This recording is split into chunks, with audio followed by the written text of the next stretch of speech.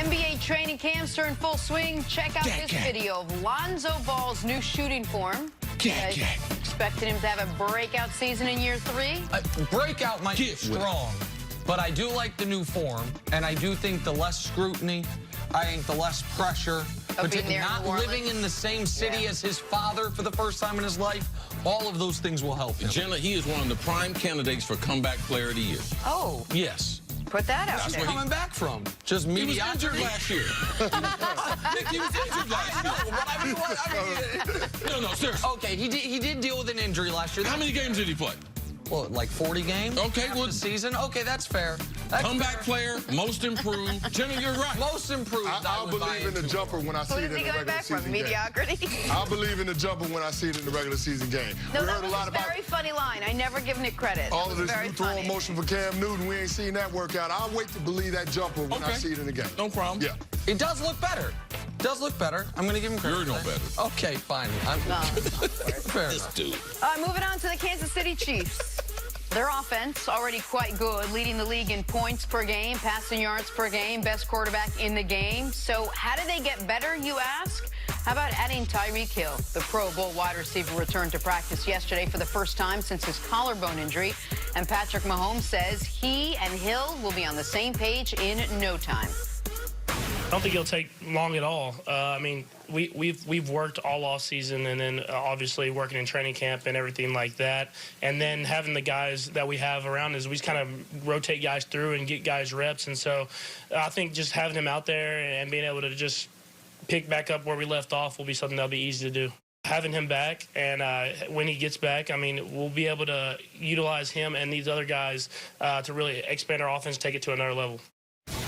Kenny, there's not much room for improvement on that Kansas Chiefs offense, but what does a guy like Tyreek Hill add to them once they get back, he gets back? Well, he gives them an element that you can't teach or coach, which is speed. Now, they have plenty of team speed. I mean, the roster that Brett Veach, their general manager, and Andy Reid have put together over the past few years, I mean, you're trying to figure out whether it's a wide receiving core or a 4x1 relay team. Yeah. But the fact is that when you have that guy, Tyreek Hill, out there, he's as explosive of a player that we have in the National Football League. So obviously there's a different dimension when he's on the field versus not. But the reality of the situation is they've been able to function without him. Pat Mahomes is only the third quarterback to have 1,500 yards passing through the first quarter of the season. The other two quarterbacks, Kurt Warner in the 2000 Rams greatest show on turf, and the 2011 Patriots, and both of those teams made Super Bowl appearances. So, I mean, you think that would be the trajectory for this Kansas City Chiefs team because of what their offense is. But, I mean, we saw the game plan in terms of how to try to limit the big plays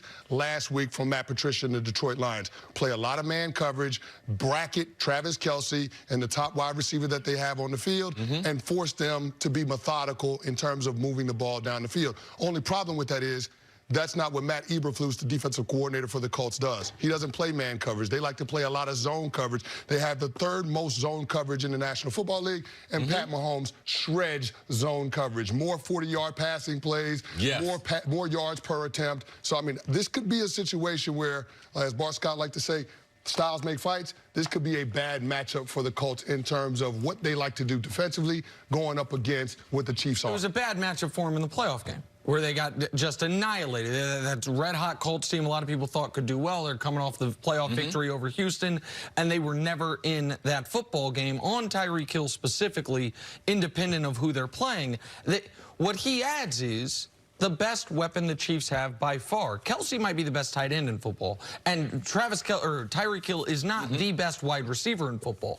But there's no wide receiver that better fits Patrick Mahomes' skill set and this Chiefs offense than Tyreek Hill. That's why they tried to draft a version of Tyreek Hill and McCole Hardman when they thought Tyreek might be out for the season.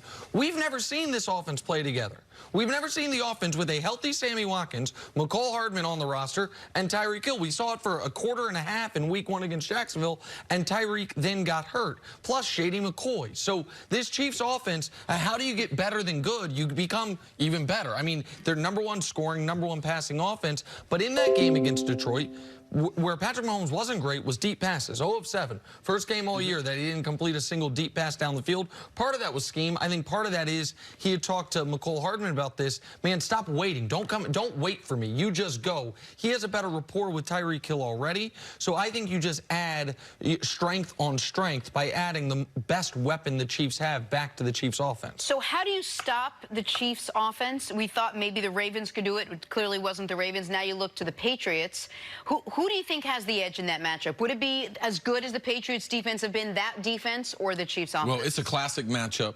We believe that Kansas City at that time will be one of the top 5 offenses, or projected to be as far as the season goes on. New England's playing at a level that we haven't seen this defense play at. We've seen the linebackers have moments where they played well. The secondary have moments. Their secondary is the best in the NFL. The question is up front. How are they going to put pressure on Patty Mahomes? Because we know, just like Detroit, and they had some success early, just like New England had success early, they crowd the line of scrimmage. So there is no escape lane for Patty Mahomes. They're going to keep him in the pocket with the 5-man rush, and they play all these combination coverages. But with Tyreek Hill being the #1 wide receiver for them, with Travis Kelce, he is the best tight end. He's like a #1 receiver. And if Sammy Watkins continues on this pace, this is the best football I've seen him play since his rookie year. He's playing like a #1. They don't really have a guy that you can double team that helps him out. You can't double team Kelce and put Tyreek Hill with all that speed. And Tyreek Hill, he's better against a double team than any of the other wide receivers. Why? Because of his pure speed. There's only 2 ways you can double team a wide receiver. You can either play him low, where the cornerback is going to play underneath the routes and the safety is going to play over top. Or you play the classic bracket. Keep a guy outside and keep a guy inside. He's too fast. He splits the double team because no one has deep.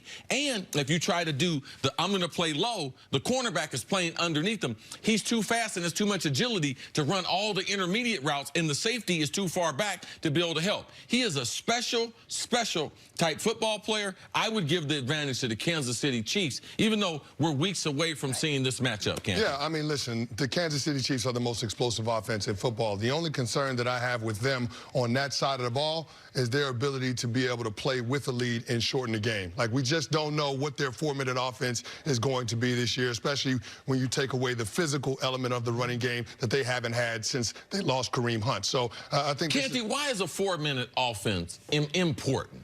Well, I mean, you have to be able to close the game, right? In baseball, you have a closer, somebody that comes in, they shorten the game, and they limit the opportunities that the opposing team has to be able to score. It's the same thing in football with the running game in the 4th quarter when you have a lead. I mean, you saw it last year in that Thursday night game against the Chargers. They ended up losing that game because they couldn't control time of possession when they had a lead in the 4th quarter. So I think that's one of the things that we have to watch as this Chiefs offense evolves with Damian Williams, with derail Williams and LaShawn McCoy. We have to see what those guys are capable of bringing to the table in terms of being able to close out the games. Because we know Pat Mahomes in that passing attack, they can score points. But what do you do when you have the lead? Or when you have enough points to win and now you're playing the clock. That's what you're talking about. Yeah. And I thought, Chris, you brought up a great point on this earlier, which is Tyreek Hill can help you in that regard more than the typical #1 receiver because they can hand him the football. Because that's what... And there's going to be a lot of people at the line of scrimmage.